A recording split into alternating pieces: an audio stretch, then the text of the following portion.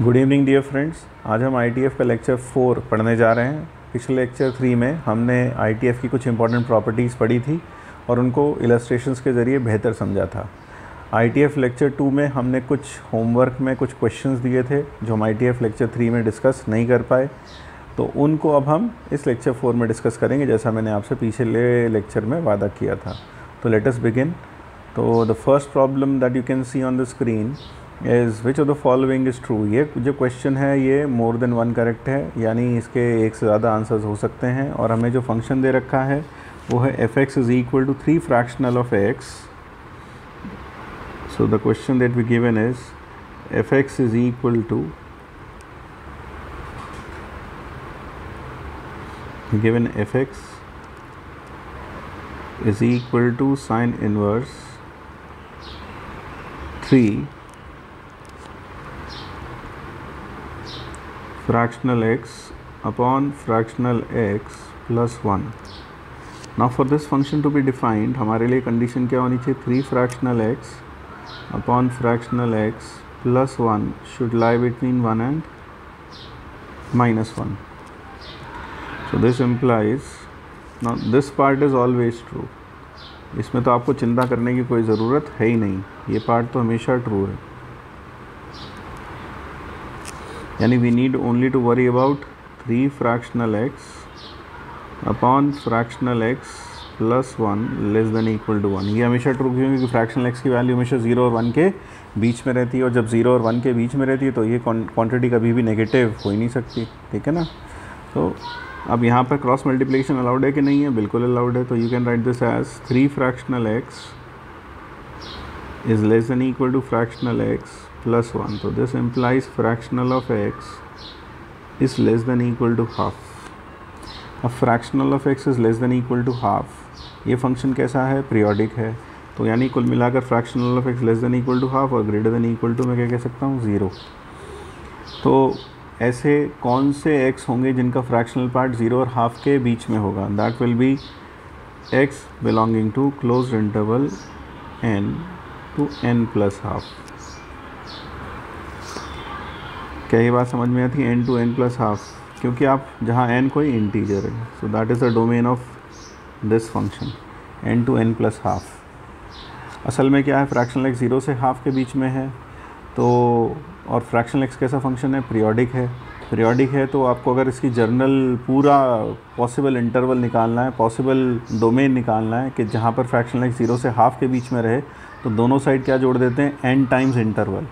जैसे अगर मान लीजिए साइन x के केस में अगर यहाँ लिखा रहता है साइन x 0 से हाफ, तो हम जानते हैं x उस केस में कहाँ से कहाँ तक होता है? 0 से लेकर π/6 के बीच में। और अब फिर हम दोनों साइड क्या जोड़ देते? 2nπ। 2nπ क्यों जोड़ देते? क्योंकि साइन का पीरियड है 2π और उसका n मल्टीपल हम इसमें जोड़ देते हैं, इंटीग्रल मल्टीपल जोड़ देते हैं।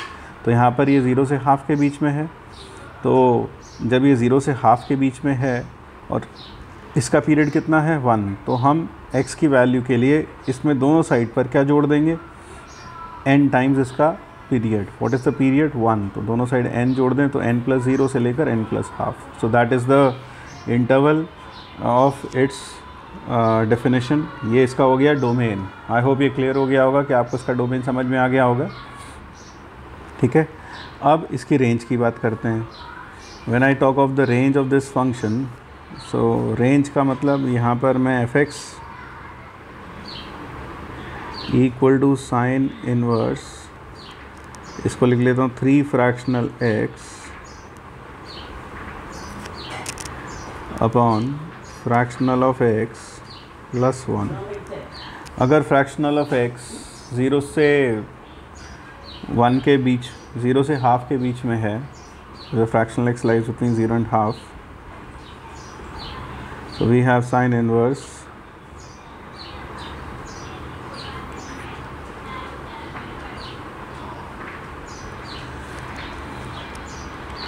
अगर x 0, देखो अगर फ्रैक्शनल x 0 से हाफ के बीच में है तो हम यहाँ एक बात ये कर सकते हैं, अगर फ्रैक्शनल x 0 है,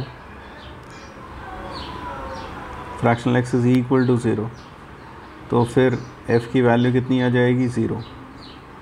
तो आंसर आ जाएगा 0। और अगर फ्रैक्शनल x 0 नहीं है तो फ्रैक्शनल एक्स कहाँ से कहाँ तक है, ध्यान करो, 0 से हाफ के बीच में है। अगर फ्रैक्शनल एक्स 0 से हाफ के बीच में, then I can write this as, मैं यहाँ लिख रहा हूँ साइन इनवर्स 3/1 + 1 फ्रैक्शनल एक्स। तो फ्रैक्शनल एक्स अभी कहाँ से कहाँ तक है, 0 से हाफ, तो ये क्वांटिटी है 0 से हाफ, तो this quantity is from 0 to half. तो if this quantity is from 0 to half, तो इसका रेसिप्रोकल कहाँ से कहाँ तक होगा, इसका रेसिप्रोकल होगा 2 से इन्फिनिटी। सो अगर ये 2 से इन्फिनिटी है, this is from 2 to infinity, तो इसमें क्या जोड़ेंगे अब हम 1, तो ये कहाँ से कहाँ तक आ जाएगा, it will be from 3 to infinity. तो अब आप मुझे बताएं कि इसका रेसिप्रोकल कहाँ से कहाँ तक होगा, इसका रेसिप्रोकल हो जाएगा 1/3 से 0 के बीच में, और 3 से और मल्टीप्लाई करना है, तो ये हो जाएगा 0 से 1। क्या ये बात समझ में आई कि ये इसका रेसिप्रोकल हो जाएगा 1/3 और 0 के बीच में, और फिर इसको किससे मल्टीप्लाई किया हमने, 3 से मल्टीप्लाई किया। जब हमने 3 से मल्टीप्लाई किया तो ये 0 से 1 हो गया, तो 0 से 1, तो इसका साइन इनवर्स अगर मैं फाइंड करूँ तो ये साइन इनवर्स कितना हो जाएगा, it'll be from 0 to π/2, that is it. So यानी कि इसका रेंज आ गया 0 से लेकर π/2, और ऊपर 0 भी है, तो यानी कुल मिलाकर the final range would come out to be 0 closed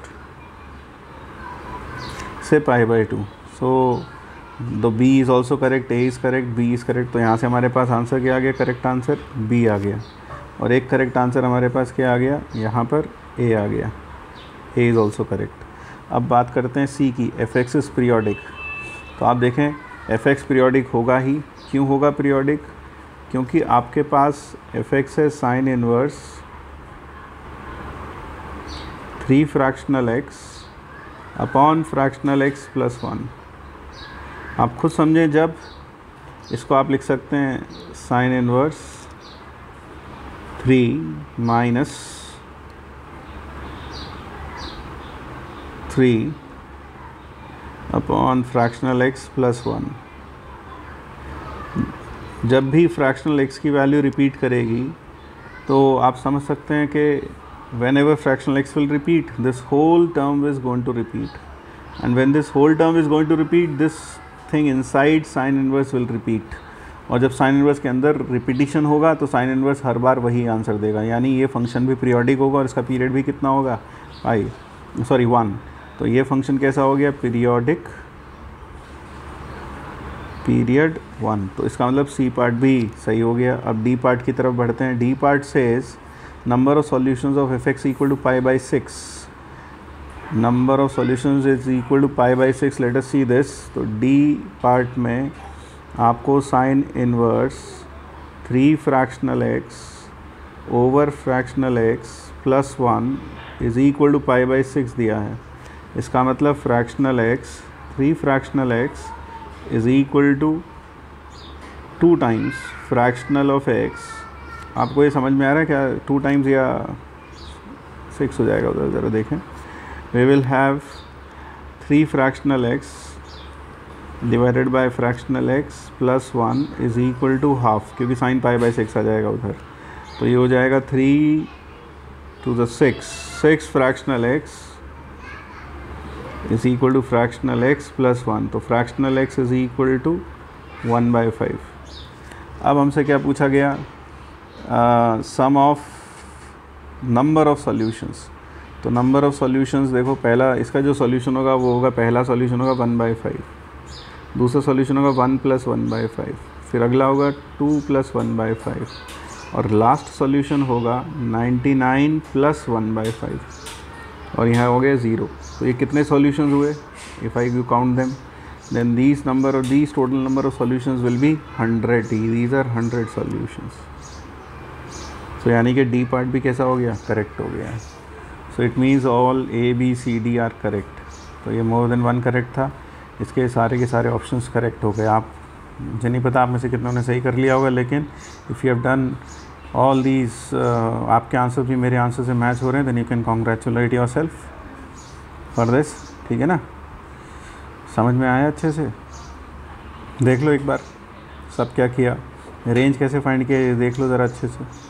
domain तो समझ में आ गया होगा। रेंज के लिए क्या किया हमने, ये 3 fractional x upon fractional x plus 1 लिखा था हमने, और फ्रैक्शनल एक्स कहाँ से कहाँ तक है, 0 से हाफ। देखो ऊपर डोमेन के लिए अगर ये 0 से हाफ के बीच में है तो पहला केस अगर ये 0 हुआ तो f की वैल्यू 0 आ जाएगी, ये लिखिए यहाँ पर। और अगर ये 0 नहीं हुआ तो मैं इसे ऊपर नीचे फ्रैक्शनल एक्स से डिवाइड कर सकता हूँ, तो मैंने ऊपर नीचे फ्रैक्शनल एक्स से डिवाइड कर दिया। अब फ्रैक्शनल एक्स कहाँ से कहाँ तक बचा, 0 से हाफ, क्योंकि 0 तो हम ले चुके, ओपन 0 से क्लोज्ड हाफ। ध्यान करो क्या बोला, ओपन 0 से क्लोज्ड हाफ, तो उसका रेसिप्रोकल कहाँ से कहाँ तक हुआ, क्लोज्ड 2 से इन्फिनिटी। फिर उसमें क्या जोड़ा हमने, 1 जोड़ा, तो ये हो गया 3 से इन्फिनिटी। अब इसका रेसिप्रोकल किया हमने तो ये हो गया 0 से 1/3, और 3 से मल्टीप्लाई किया तो क्या बन गया, 0 से 1, और इसका साइन इन्वर्स लिया तो 0 से π/2 हो गया। आई होप ये क्लियर हो गया ये illustration. Now let us come down to the next illustration. So here it is the next one. It is, यहाँ ये कह रखा है cos inverse of x² plus k if x is equal to, you given cos inverse x² minus k upon 1 plus x² is surjective. ये surjective है। अगर ये surjective है तो उसका मतलब इसकी रेंज क्या होगी, इसकी रेंज होगी 0 से π/3। 0 पर ध्यान रखें, ओपन दिया है, 0 से π/3। तो चलिए इसकी रेंज पर बात करते हैं। तो पहले इसकी रेंज हम k की टर्म में निकालते हैं। कॉस इन्वर्स, इसको हम x² plus 1 minus k minus 1 यानी k plus 1 divided by x² plus 1 लिख देते हैं, और फिर हम इसे क्या कर देते हैं, सेपरेट कर देते हैं। इसे जब सेपरेट करेंगे तो ये बन जाएगा cos inverse 1 minus k plus 1 upon x² plus 1। अब आप मुझे बताएं कि ये x² प्लस 1 जो है ये कहाँ से कहाँ तक वेरी करेगा। This will vary from 1 to infinity, क्योंकि x² वेरी करेगा 0 से इन्फिनिटी, तो प्लस 1 वेरी करेगा 1 से इन्फिनिटी, तो उसका रेसिप्रोकल कहाँ से कहाँ तक वेरी करेगा। अच्छा, यहाँ एक चीज़ और बोल दूँ, k प्लस 1 निश्चित रूप से कैसा होगा, पॉजिटिव होगा। पॉजिटिव क्यों होगा, क्योंकि अगर ये नेगेटिव हो गया तो ये 1 में जुड़ जाएगा, और कॉस इन्वर्स के अंदर का क्वांटिटी 1 से बड़ा हो जाएगा, जो कि पॉसिबल नहीं है। तो बंधु समझ में आएगा k प्लस 1 कैसा होगा, k plus 1 will be a positive number, it can not be a negative number. तो फिलहाल मैं इसका रेसिप्रोकल करता हूँ, तो रेसिप्रोकल आएगा 0 से 1, और फिर मैं उसे k प्लस 1 से मल्टीप्लाई करूँगा तो आएगा 0 से लेकर k plus 1 close, that will B it. और अब हम इसे 1 में से माइनस कर लेते हैं, तो 1 में से माइनस करेंगे तो इसका मतलब ये हो गया, दिस विल बी 1 तो हो गया इसका मैक्सिमम, और मिनिमम वैल्यू k प्लस 1। अब हमें इसका क्या लेना है, कॉस इन्वर्स। तो अगर मैं चाहता हूँ कि इसका कॉस इन्वर्स लें तो ये हो जाएगा, कॉस इन्वर्स डिक्रीजिंग फंक्शन है, तो यहाँ आ जाएगा कॉस इन्वर्स 1, और यहाँ आ जाएगा cos inverse k plus 1, k plus 1 पर क्लोज और यहाँ ओपन। ये तो हो गया 0, और ये हो गया कॉस इन्वर्स k प्लस 1। अब मैं रेंज क्या चाहता था, I wanted the range to be 0 to π/3 closed, तो यानी कुल मिलाकर cos inverse k plus 1 should be equal to π/3। So k plus 1 should be equal to half, so this implies k is equal to minus half only, so that is the correct answer। तो k minus half हो गया इस case में। कई लोगों ने पता नहीं क्या किया होगा, तो ध्यान से देखें। इसमें अक्सर लोग गलती क्या करते हैं, इसे 0 से हाफ रख देते हैं और फिर इस इनइक्वालिटी को सॉल्व करते हैं। मैं आपको गलती बता देता हूँ, लोग क्या कर देते हैं, mistake, common mistake. What is the common mistake? Common mistake is x² minus k upon x² plus 1। लोग इसको हाफ और 1 के बीच में रख देते हैं। हाफ पर यहाँ पर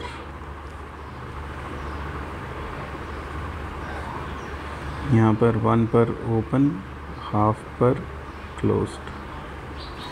और फिर के फाइंड करते हैं वो क्वाड्रेटिक का यूज़ करके d less than 0 greater than 0 for all x belonging, but that is wrong. Why that is wrong? Because उससे आपको ये मिलेगा कि ये वैल्यू हमेशा हाफ से 1 के बीच में आनी चाहिए।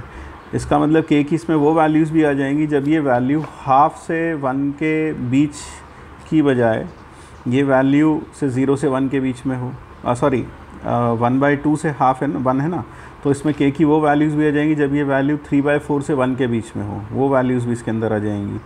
क्योंकि आप क्या चाहेंगे, ऐसा के चाहेंगे ताकि ये क्वांटिटी हाफ से 1 के बीच में रहे, यानी के अगर ऐसा आ जाए ताकि ये क्वांटिटी 3/4 से 1 के बीच में भी रहे, वो के भी इसमें काउंट हो जाएगा।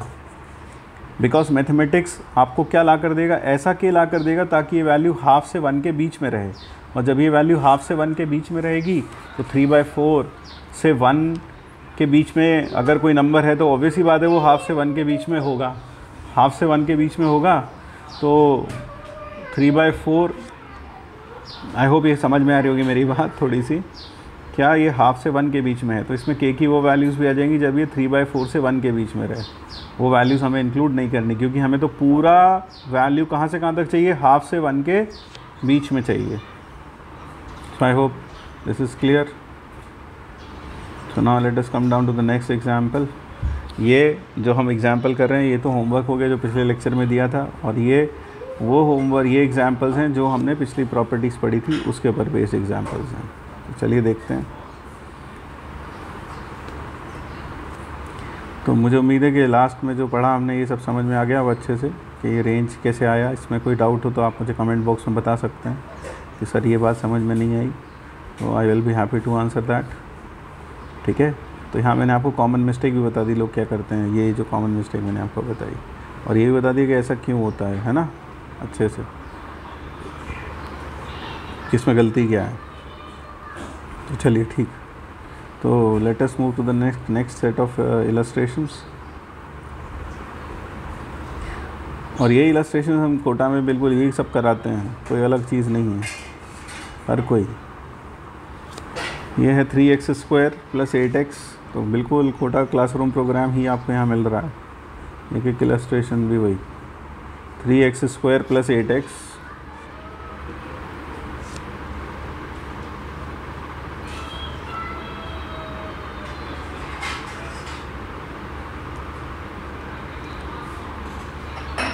(3x² + 8x) is less than equal to is less than 2 sin inverse sin 4, 2 sin inverse sin 4 minus cos inverse cos 4. So you have to solve this. तो चलिए आपको मैं थोड़ा सा याद दिला दूँ, साइन इनवर्स साइन x का जो ग्राफ था उसमें मैंने आपको एक सीड याद रखने के लिए बोला था, seed from which you can grow the entire tree, and that seed was, ये था π/2 माइनस का, और ये था 3π/2। और आपको याद होगा ये लाइन थी y = x, और ये वाली जो लाइन है ये लाइन है y = π-x। तो साइन इनवर्स साइन 4 में जो 4 आएगा ये है π/2। 4 कहाँ आएगा, ये मैंने बताया था 4.7 होता है, तो 4 इस वाले रीजन में कहीं आएगा, यानी आउटपुट π-x पर आएगा। तो π-x पर आएगा तो 3x² + 8x will be less than π-x minus cos inverse cos 4 की बात करें। cos इनवर्स cos 4 में आपको याद होगा मैंने आपको बोला था कि आप ये v याद रखें, बस ये भी याद रख लें। ठीक है, अब आप चाहें तो ये था कितना पाई और ये कितना था -π, तो अगर मैं इसमें से 2π माइनस भी कर दूं, if I subtract 2π from it, then this is cos inverse π-x है ना, तो π-4 आएगा ये, और ये cos इनवर्स cos 4 है, तो इसे लिख सकता हूँ cos इनवर्स cos 4 - 2π। और जैसे मैंने cos इनवर्स cos 4 - 2π लिखा, ये 4 - 2π हुआ माइनस का 2.68, और ये किस रीजन में आएगा, वो इस वाले रीजन में आएगा। और इस पर आउटपुट क्या मिलता है, y इक्वल टू -x। तो यानी कि यहाँ जो हमें बाहर मिलेगा वो होगा 3x² plus 8x less than pi -4 minus का हो जाएगा प्लस 4। अच्छा यहाँ पर एक 2 भी था यार, वो 2 मैं यहाँ लिखना भूल गया हूँ, तो ये 2 यहाँ लिख देता हूँ मैं। So I write down the 2 over here.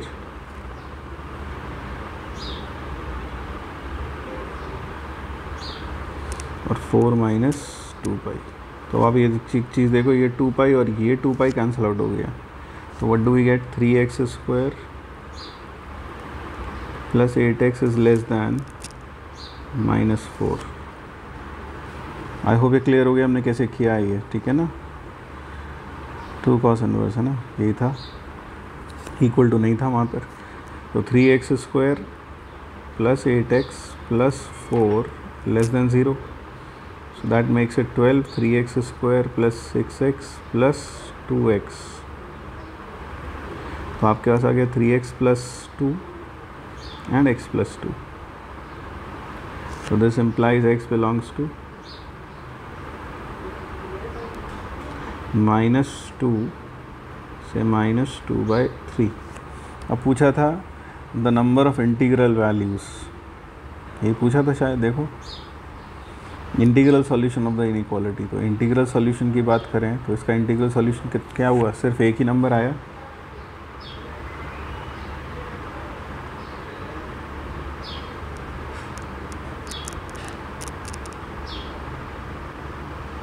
-1। so -1 is the only solution। so I hope this is clear। दोबारा से देख लें क्या किया हमने। ये दूसरा ग्राफ हमने किसका बनाया, cos इनवर्स cos x का, और ये वाला ग्राफ किसका बनाया हमने, sin इनवर्स sin x का।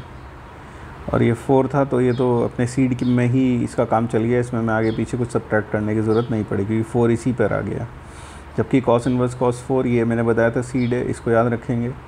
ये जो सीड है इसको याद रखें। तो cos इनवर्स cos 4 इसके अंदर तो नहीं आया, तो हमें क्या करना पड़ेगा, इसमें से कुछ माइनस करना पड़ेगा। और पिछले लेक्चर में मैंने बताया था आप इसे माइनस कर सकते हैं पीरियड के मल्टीपल से, यानी, और इसका पीरियड कितना था 2 पाई, तो आप माइनस कर सकते हैं 2 पाई, 4 पाई, 6 पाई, 8 पाई। तो मैंने क्या माइनस किया, 2 पाई।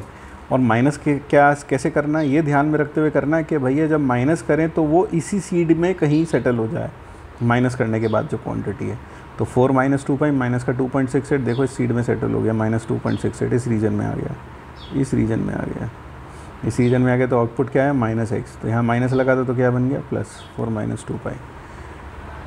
ऐसी बात नहीं, मुश्किल नहीं है, समझोगे तो समझ में आ जाएगा। अब अगला प्रॉब्लम करते हैं। हमारे पास है k-2x²। इसमें भी हमें least integral value of k बताना है। तो आई थिंक मैं ये होमवर्क में तुम्हें दे देता हूँ, इसमें आप ये खुद करें। अब बिल्कुल ऐसा ही प्रॉब्लम है, ठीक है। तो बी पार्ट आप खुद ट्राई करें, बिल्कुल इसको देखें और बी पार्ट खुद ट्राई करें। बेटर तो ये होगा आप ये वीडियो को थोड़ी देर के लिए पॉज कर दें। जैसे ही मैंने अभी इसका फर्स्ट का ए पार्ट किया, अब आप वीडियो पॉज करके इसका बी पार्ट खुद ट्राई करें और आंसर आएगा 5। और फिर अब मेरे साथ को इलस्ट्रेशन नंबर 2 की तरफ बढ़ें, जब आप 1 का बी पार्ट पूरा कर लें और आपका आंसर टैली हो जाए।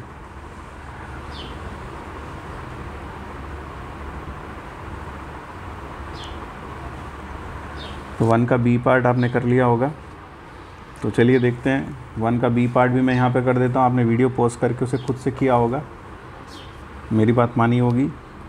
तो बी पार्ट भी मैं यहाँ सॉल्व कर रहा हूँ। It is k-2x²।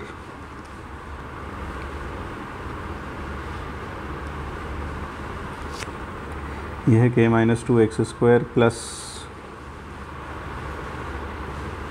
x,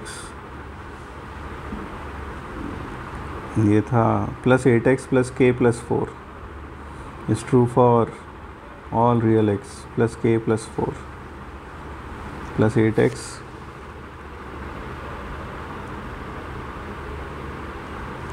is less then sign inverse sign 12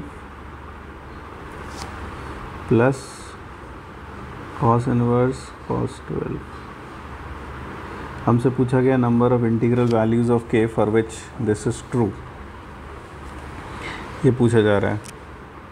जिसके लिए ट्रू होगा। तो ये लो, ठीक है। So this is cos inverse cos 12। चलिए देखते हैं।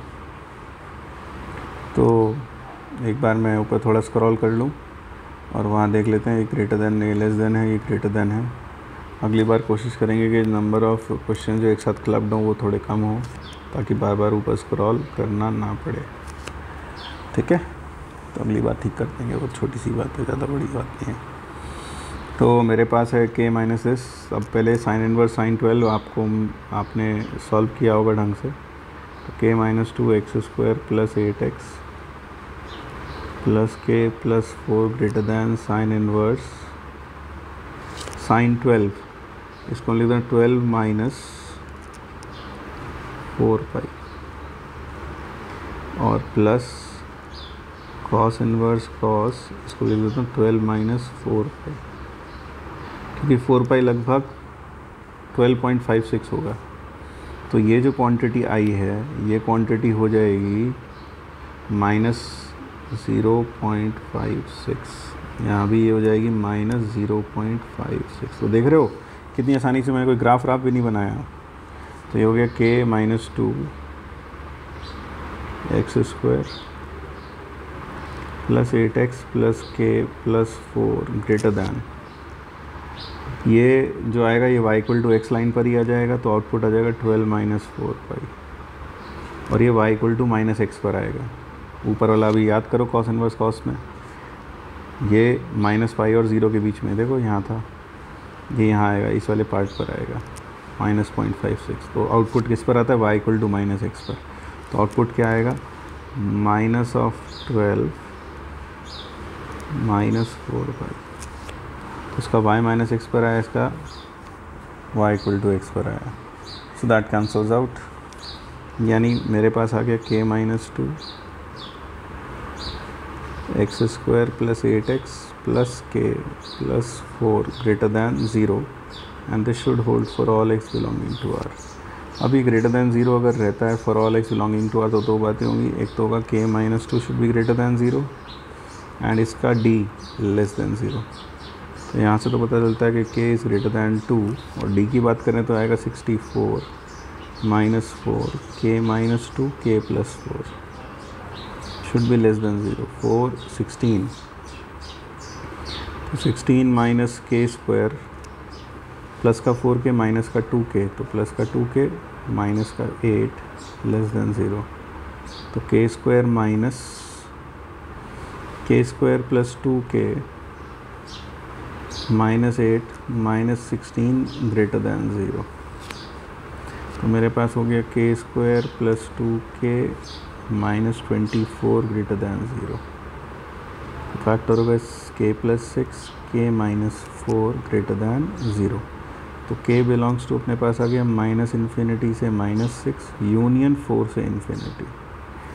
तो जैसे यूनियन 4 से इन्फिनिटी आया, तो और यहाँ पर हमारे पास पहले से क्या है, यहाँ हमारे पास पहले से एक चीज़ ये है कि k किससे बड़ा होना चाहिए, 2 से, और यहाँ पर आया ये सेकंड और ये है फर्स्ट। अब हमें इन दोनों को क्या करना है, इंटरसेक्शन। तो 1 इंटरसेक्शन 2, तो k will belong to 4 to infinity. So what is the least integral value of k?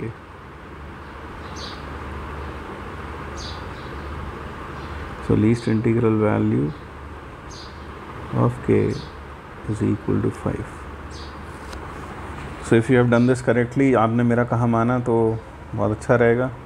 आपने देखा, आपने वीडियो पॉज करके क्वेश्चन किया होगा, फिर उसके बाद जब आपका आंसर टैली कर जाए तो बहुत ही खुशी होगी। और नहीं हुआ तो देखिए आपने क्या गलती की है। Try to analyse where you have made a mistake, ठीक है। तो चलिए अब अगला क्वेश्चन देखते हैं। The next question says cos inverse cos 10π/7। तो चलिए मैं अब स्क्रॉल नहीं कर रहा ऊपर, अब हम कॉस इनवर्स कॉस 10π/7 ऐसा करके लिखा है, तो वो देखते हैं। तो चलिए अगला प्रॉब्लम की तरफ बढ़ें। तो it is cos inverse cos 10 pi by 7 ये लिखा था। जस्ट हैंग ऑन, 1 मिनट रुक जाओ ज़रा। तो ये था कॉस इनवर्स, ये है cos third, cos inverse of cos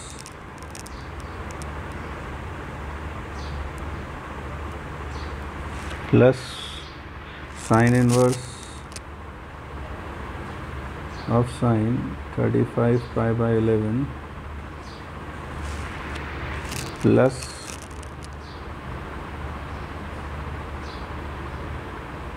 tan inverse of tan minus 24 pi by 13 और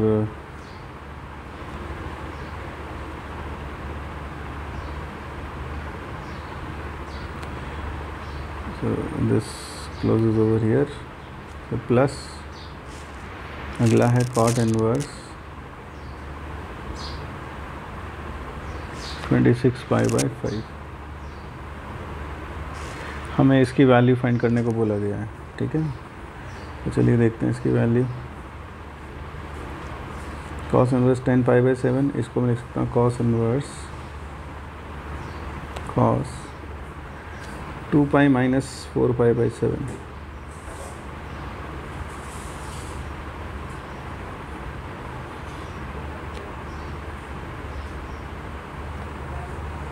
लिख सकता हूँ ऐसे, plus sine inverse sine, we can write this as 3 pi और 5 पाई, 3 पाई या 4 पाई माइनस, एक काम वही कर लेते हैं, वही लिख देते हैं, can write this as 3 pi plus 2 pi by 11। फिर अपने पास है tan इनवर्स, tan कैसा फंक्शन था, ऑड फंक्शन है, tan इनवर्स भी कैसा फंक्शन है, ऑड फंक्शन है। तो ध्यान रखें ये माइनस बाहर आ जाएगा और ये बन जाएगा tan ऑफ 24, तो this is 2 pi minus 2 pi by 13, 2 pi minus 2 pi by 13, this is 13। फिर अपने पास है कॉट इनवर्स, तो जो कॉट इनवर्स है उसको भी हम लिख सकते हैं प्लस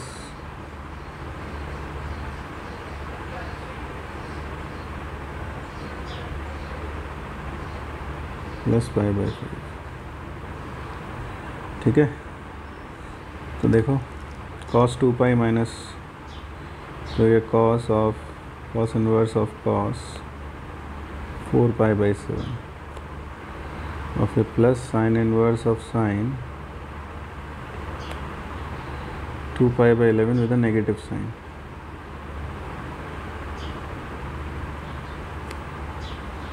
फिर माइनस का बन जाएगा प्लस tan इनवर्स, ये tan इनवर्स है यार, tan inverse tan 2 pi by 13 और फिर प्लस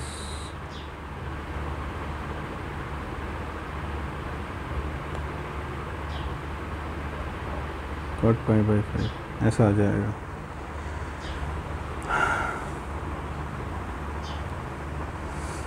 तो देखें इस केस में, अब ये देखो ये cos 4 पाई बाई 7 है। अब ये जो cos 4 पाई बाई 7 है ये लगभग कितना होगा, cos 4 पाई बाई 7 180 बाई 7 कितना हुआ, 724 पॉइंट समथिंग, 180 बाई 7 14 40 7 5 35। तो ये कहाँ से कहाँ तक होगा, 0 से 180 के बीच में होगा कि नहीं होगा, बिल्कुल होगा। मतलब सोचना ही नहीं है यार, ये तो ऐसे ही मैं बता रहा हूँ, सोचने की ज़रूरत ही नहीं है। 4 पाई बाई 7 डेफिनेटली पाई से छोटा है, तो 0 से पाई के बीच में तो डायरेक्टली बाहर आ जाएगा 4 पाई बाई 7। ये माइनस बाहर आ गया और ये फिर से 0 से -π/2 से π/2 के बीच में है। याद करो sine inverse sine x x कब होता है? -π/2 से π/2 के बीच में। Cos inverse cos x x कब होता है? 0 से पाई के बीच में। Tan inverse tan x x कब होता है? -π/2 से π/2 के बीच में। Cot inverse cot x direct x कब लिख सकते हैं? 0 से पाई के बीच में। क्यों? याद करो, फिर बताया था कॉस इनवर्स कॉस एक्स में ये कॉस इनवर्स इस कॉस का इन्वर्स तो है, लेकिन सिर्फ किस इंटरवल पर? 0 से पाई के इंटरवल पर। तो अगर ये आर्ग्यूमेंट 0 से पाई है तो डायरेक्ट बाहर वही का वही एक्स आ जाएगा। इसी तरह से यहाँ पर भी वही बात है कि साइन इनवर्स इस साइन का इन्वर्स तो है, लेकिन सिर्फ किस इंटरवल पर? -π/2 से π/2 के बीच में। तो ये जो 2π/11 है ये डायरेक्ट बाहर आ जाएगा, लेकिन उसके पहले क्या करना पड़ेगा? ये साइन इनवर्स ऑड फंक्शन है तो माइनस कहाँ आ जाएगा? बाहर। और फिर साइन इनवर्स साइन 2π/11 बन गया। ये बन गया साइन इनवर्स साइन 2π/11। तो चाहो तो मैं डायरेक्टली बाहर बस 2π/11 लिख देता हूँ, फिर प्लस 2π/13 और प्लस π/15। अभी आप खुद सिंप्लीफाई कर सकते हो। So that would be the answer. I hope ये क्लियर हो गया होगा कि कैसे कैसे हमने ये सब फाइंड किया। ठीक है, तो इसमें ध्यान ये रखना है कि cos inverse cos x is direct x कब? 0 से pi. Sine inverse sine x is direct x कब? -π/2 से π/2। tan inverse tan x is direct x when x lies in -π/2 to π/2. Cot inverse cot x is direct x when x is in 0 to pi. So remember this. So that is illustration number 3. So now second, it was illustration second, sorry. अब illustration 3, cot inverse cot 26/5. ये आप खुद करें। फिर से तरीका क्या बताया मैंने? इस वीडियो को थोड़ा सा रिवाइंड कर लें या फिर वो जो क्वेश्चन है वो लिख लें, मैं यहाँ लिख देता हूँ। और फिर आप, ये है कॉट इनवर्स कॉट 26π/5। ये तो खैर आ गया, हमने कर ही दिया यार, तो इसका तो बेकार यूज़लेस है, ये तो हो गया, छोड़ो। अब अगला प्रॉब्लम करते हैं, उससे अगला। सो जो अगला प्रॉब्लम है वो ये है sign inverse sign 7 plus cos inverse cos 13। ये तुम खुद करो। साइन इनवर्स साइन 7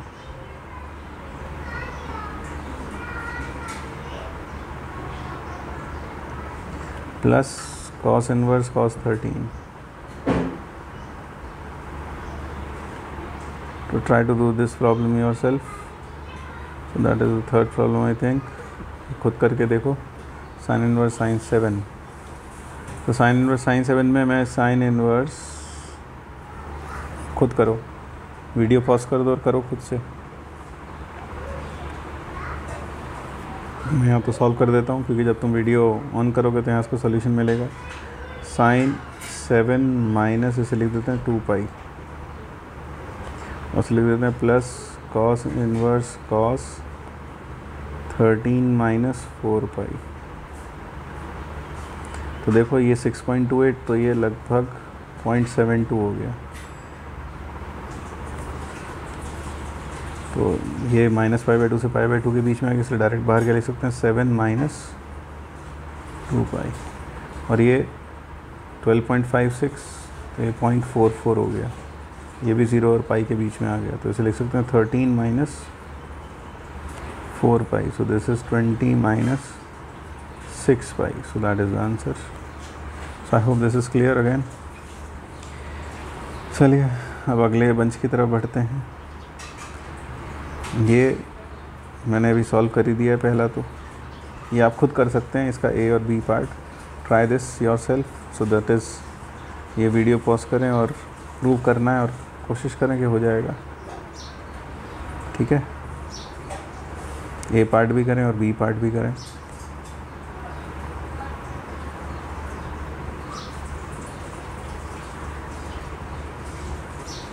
तो ये पार्ट तो आराम से हो गया यार। ये तो कॉस इनवर्स कुछ भी नहीं है इसमें, तो ये पाई प्लस 3π/7, लेकिन ये माइनस में आएगा और माइनस का भी हमें पता नहीं क्या करना पड़ेगा। तो हम एक काम करते हैं, लिखते हैं 2π - 4π/7, तो बेटर रहेगा।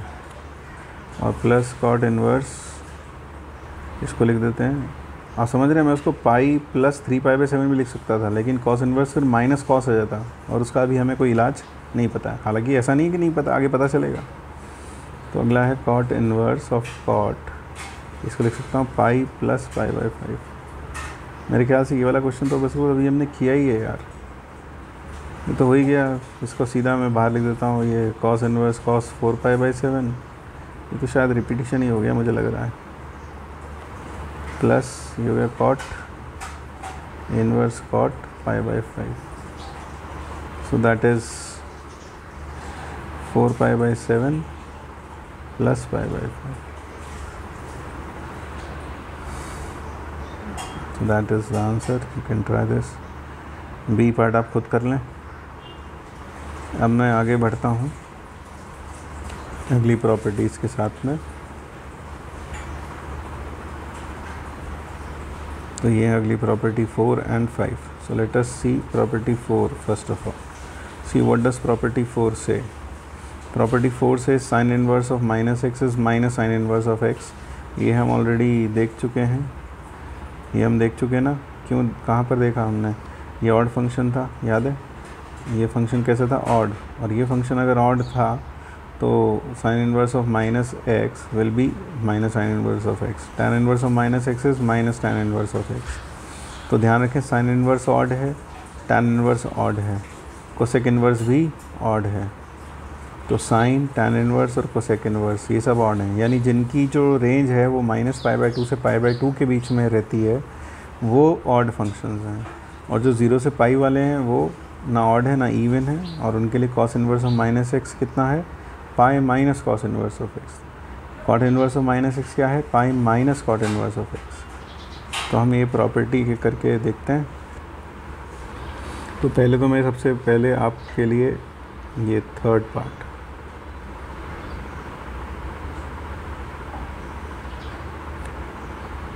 ये हो जाएगा पाई minus cos inverse of x. Late us prove this. तो अगर मैं इसे प्रूव करता हूँ, लेट अस सी। तो ये हो जाएगा कॉस, हम क्या करें, कॉस इन्वर्स माइनस एक्स को मान लेते हैं थीटा। थीटा पक्का कहाँ से कहाँ तक लेंगे? 0 से पाई। ये कॉस इन्वर्स की रेंज 0 से पाई आती है, तो माइनस एक्स इक्वल टू क्या हो गया? Cos theta. तो एक्स क्या हो गया? Minus cos theta. तो आप लिख सकते हैं इसको cos of pi minus theta, class 11th। Cos of 180 minus theta minus cos theta. अब सोचो थीटा कहाँ से कहाँ तक है? 0 से पाई। तो अगर थीटा 0 से पाई है तो माइनस थीटा कहाँ से कहाँ तक होगा? माइनस थीटा होगा माइनस पाई से 0। तो फिर यहाँ से पाई माइनस थीटा कहाँ से कहाँ तक होगा? तो आप इसमें पाई जोड़ देंगे, इल बी फ्रॉम 0 to पाई। तो अगर मैं दोनों साइड पर कॉस इन्वर्स लगा दूँ तो cos inverse of x is equal to cos inverse of cos pi minus theta.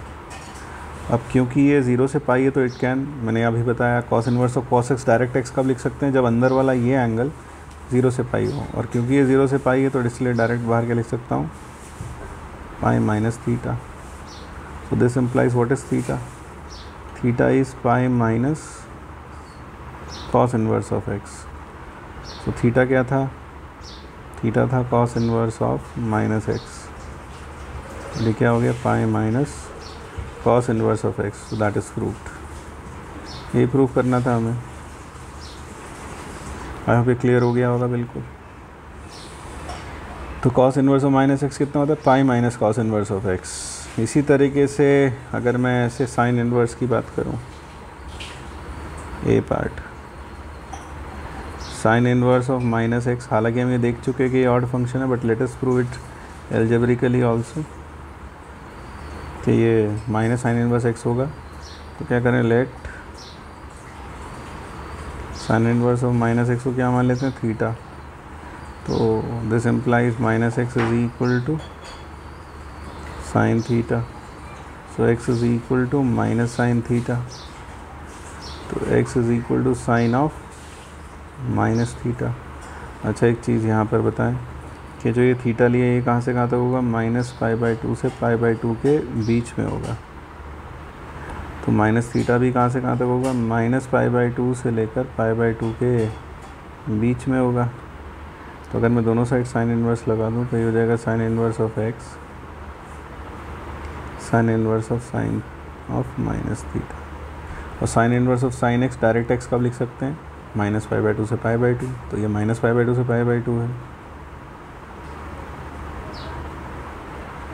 तो this implies -θ is equal to minus sin inverse of x. But what was theta? Theta was sin inverse of -x.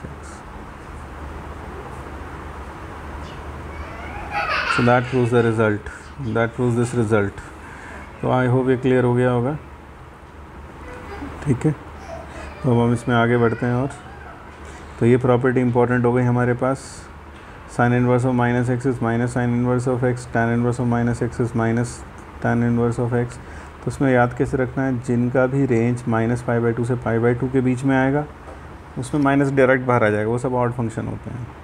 और जिनमें range -π/2 से π/2 के बजाय 0 से π utilise होता है उसमें बाहर आता है pi minus cos inverse, pi minus cot inverse, pi minus sec inverse, ये सब आता है। ठीक है, अब यहाँ पर अब देखो जो भी मैं ऊपर प्रॉब्लम कर रहा था वो था कॉस इनवर्स कॉस 10π/7 और प्लस कॉट इनवर्स, या बस इतना ही पार्ट कर दूँ मैं। आपको याद होगा कि मैंने पिछले पार्ट में इसको कैसे किया था, मैंने ऐसे लिखा था कॉस इनवर्स कॉस 2π। तो आप में से कई लोगों ने सोचा होगा नहीं सर हम तो उसे 3π/7 लिखते हैं, कोई दिक्कत नहीं, अब ये लिख दें। तो ये हो जाएगा कॉस इनवर्स माइनस कॉस 3π/7। अब कॉस ऑफ -θ क्या होता है, pi minus cos inverse x, तो ये 3π/7। अब क्योंकि ये जो 3π/7 एंगल है ये 0 से पाई के बीच में, तो डायरेक्ट बाहर आ जाएगा। तो इसे लिख सकते हैं पाई माइनस 3π/7। कितना आया, 4π/7। बस ये तो मैथ्स का जादू है, आप कैसे भी कर लें, अप्रोच सही है तो आंसर विल नॉट चेंज। तो अक्सर मैं क्लास में भी कहता हूँ कि मैथ्स और बाकी सब्जेक्ट्स में यही अंतर है। मैथ्स एक बहुत एनालिटिकल सब्जेक्ट है, बिल्कुल लॉजिक के हिसाब से चलता है, लॉजिकल सब्जेक्ट है, नो इफ़ नो बट जो है सो है। मतलब it is mathematics is something which satisfies your कहना चाहिए एनालिटिकल क्यूरोसिटी, एनालिटिकल जेस्ट जिसे कहते हैं ना, एक हम जो दिमाग से लॉजिकल होते हैं उस चीज़ को सेटिस्फाई करता है मैथमेटिक्स। शायद केमिस्ट्री उस हद तक नहीं जा पाती, फिज़िक्स भी कहीं ना कहीं थोड़ा एक्सेप्शंस आ जाते हैं। केमिस्ट्री में तो जहाँ तुमने दिमाग लगाया, जहाँ तुमने रूल लगाया, सामने वाला टीचर बोलेगा भैया ये तो एक्सेप्शन है, इसका तो कुछ हो नहीं सकता। केमिस्ट्री मुझे याद आता है जब मैं क्लास 9th में था तो सबसे पहले टीचर मुझे बोलते थे कि देखो ये एटम है, बीच में न्यूक्लियस है, like the sun and the planets revolve around it like the solar system and the electrons are in the same way। फिर साला पढ़ा एग्ज़ाम में, बोर्स एटॉमिक मॉडल भी आया है, लिखा भी, मार्क्स भी आए, लेकिन फिर 11th में आके बोला भाई ये तो झूठ था, सब बेकार था। अबे सब झूठ था तो साला पढ़ाया क्यों? नहीं, चीज़ें चेंज हो जाती हैं। तो केमिस्ट्री में वो हमारा वो जो एनालिटिकल बेंट ऑफ माइंड होता है ना, वो कहीं ना कहीं डिस्ट्रॉय सप्रेस हो जाता है, क्योंकि जहाँ हमने दिमाग लगाया वहाँ सामने वाला ये एक्सेप्शन है, ऐसा हो नहीं सकता। और इन सारे एटम्स का कुछ हमें, इनके दीन ईमान का ही कुछ पता नहीं चलता, कहीं कुछ कहीं कुछ। और physics no doubt is nice, it also satisfies your curiosity in some way, but these are natural sciences, they depend on nature, वो नेचर के ऊपर डिपेंड करती हैं। Mathematics on the other hand is fully artificial, it has been developed by man himself. तो इसमें कोई if but नहीं होता, इसके नियम भी चेंज नहीं होते। Square root of x² mod x है तो हर जगह है, ऐसा नहीं कि यहाँ होगा वहाँ नहीं होगा, ठीक है। तो ये सब्जेक्ट बाकी सब्जेक्ट से बहुत अंतर रखता है। अभी बहुत ही इंपॉर्टेंट प्रॉपर्टी 5 देखें। Sine inverse of x plus cos inverse of x is equal to pi by 2। tan inverse of x plus cot inverse of x is equal to again pi by 2। Sec inverse x plus cosec inverse of x, ये भी pi by 2 है। Obviously बात है, जैसे sine inverse x और plus cos inverse of x लिखा है तो उसमें समझ जाना चाहिए यहाँ जो ये लिखा हुआ है ये कहाँ से कहाँ तक होना चाहिए, x, ये वाला x -1 से 1 के बीच में होना चाहिए। This should be from -1 to 1। और अगर ये -1 to 1 नहीं है तो फिर ये डिफाइंड ही नहीं होंगे। तो इसमें x कहाँ से कहाँ तक है, -1 से 1 है। इसमें x क्या है, पूरा r है। इसमें x 1 से इन्फिनिटी और -∞ से -1 है। तो ध्यान रखें, sine inverse plus cos inverse pi by 2, tan inverse plus cot inverse pi by 2, cosec inverse plus sec inverse ये भी पाई बाई 2, और ये tan inverse plus tan inverse of 1/x की कहानी करेंगे ही बात। ये पाई बाई 2 अगर x 0 से बड़ा है और ये माइनस पाई बाई 2 अगर x 0 से छोटा है। तो ध्यान रखें, क्लियर है। प्रूव करेंगे, ऐसा नहीं, ऐसा क्लियर नहीं करेंगे। Let us prove it.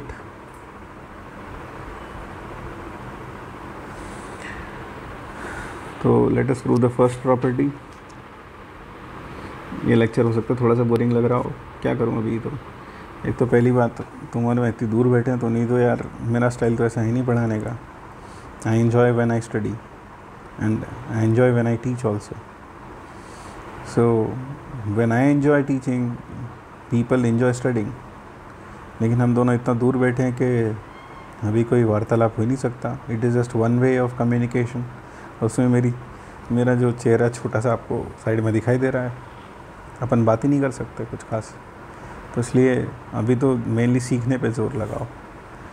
ये वीडियो चाहो तो इसके 2 टुकड़े करके देख लो। 2 टुकड़े मतलब अबे टुकड़े मतलब फ़ोन के टुकड़े मत कर देना बे।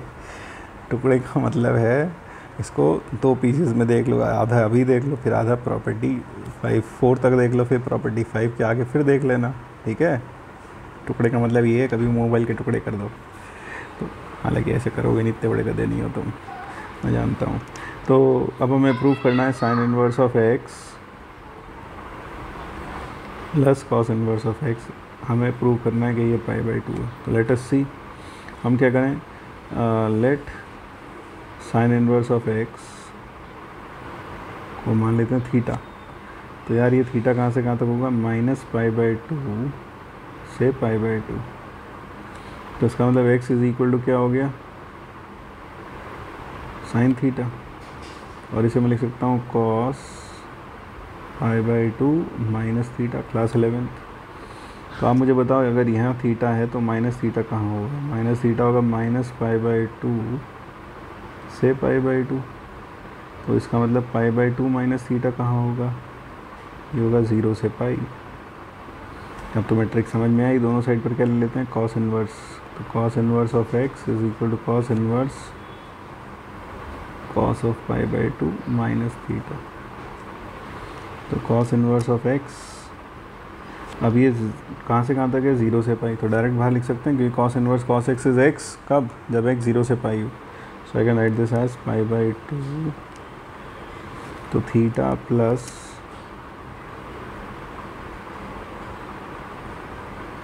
थीटा क्या था, साइन इनवर्स ऑफ एक्स, कितना हो गया, π/2। Himachal Pradesh, hence proved. आई होप ये क्लियर हो गया होगा। इसी तरह tan inverse plus cot inverse भी π/2 है, cosec inverse plus sec inverse भी π/2 है। और ये इसका फर्स्ट पार्ट का था। अब इसका जो tan inverse plus tan inverse 1/x वाला पार्ट है वो भी देख लो। Tan inverse of x tan inverse of 1/x। आपको याद होगा, यहाँ एक चीज़ मैं याद दिला दूँ, कॉट इनवर्स ऑफ x होता है टैन इनवर्स 1/x अगर x 0 से बड़ा हो। If x is greater than 0, थोड़ा इधर खिसकाते हैं इसको, स्क्रीन के बाहर जा रहा है। if x is greater than 0, and it is pi plus tan inverse 1 by x, tan inverse 1 by x if x is less than 0. तो यहाँ से दो केसेस ले लेता हूँ मैं इसी को लेकर. what are those two cases? अगर x 0 से बड़ा है तो ये तो बन गया tan इनवर्स ऑफ x, और ये अभी ऊपर वाली प्रॉपर्टी से कितना हुआ π/2. और अगर x लेस देन 0 है तो उस केस में ये हो गया tan inverse of x plus cot inverse of x minus pi हो जाएगा, है ना. ठीक है, ये कितना हुआ π/2, कितना हो गया ये -π/2. खत्म, प्रूफ्ड. सिंपल सी बात थी. ये फोर्थ पार्ट है. तो रिमेंबर दिस.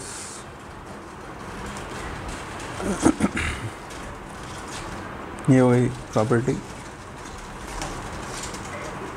अब इसके आगे ये कुछ प्रॉब्लम्स हैं, ये प्रॉब्लम अगली बार कर लेंगे, और ये होम असाइनमेंट है. So let us see this. जैसे ये छोटा सा एग्जांपल है, 4 sin inverse of x plus cos inverse of x. You have to solve for x, find x. तो क्या लिखूँ इसको लिखता हूँ 3 sin inverse of x plus sin inverse of x. ध्यान रखें, जहाँ भी क्वेश्चन आ रहा है आप वीडियो पॉज करें और खुद से करके देखें. ये हो गया π/2, तो 3π/4 minus π/2, that is π/4. So x is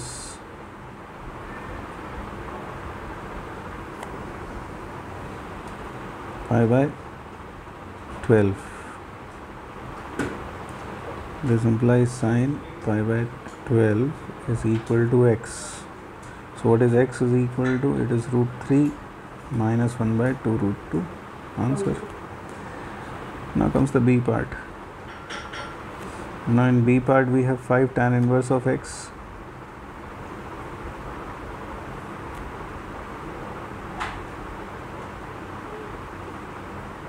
plus 3 cot inverse of x is equal to 7π/4. So it is 3 tan inverse of x plus cot inverse of x plus 2 tan inverse of x is equal to 7π/4.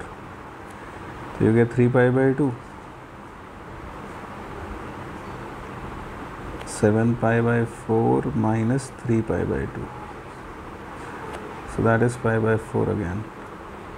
So tan inverse of x is equal to π/8. So x is tan π/8. That is √2 minus 1 answer. So that is the answer. x find करना था. तो इस video में हमने 3-4 properties पढ़ी, और अब नीचे ये रहा आपका होम असाइनमेंट.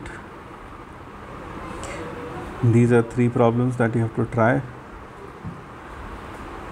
ठीक है, मेरे ख्याल से फर्स्ट प्रॉब्लम भी हो जाना चाहिए. First, second, third, try this at home. And at the last please do like, share and subscribe this video. सिर्फ ये वीडियो देख के ना निकल जाएं, इसे लाइक, शेयर और सब्सक्राइब भी करें. आज का लेक्चर थोड़ा बोरिंग तो नहीं लगा ना यार? लगाओ तो आज झेल लो, अगला लेक्चर इंटरेस्टिंग होगा थोड़ा सा. वैसे तो मस्त रहा हुआ. ठीक है, तो that is it. Thank you. तो जल्दी मिलेंगे अगले लेक्चर में.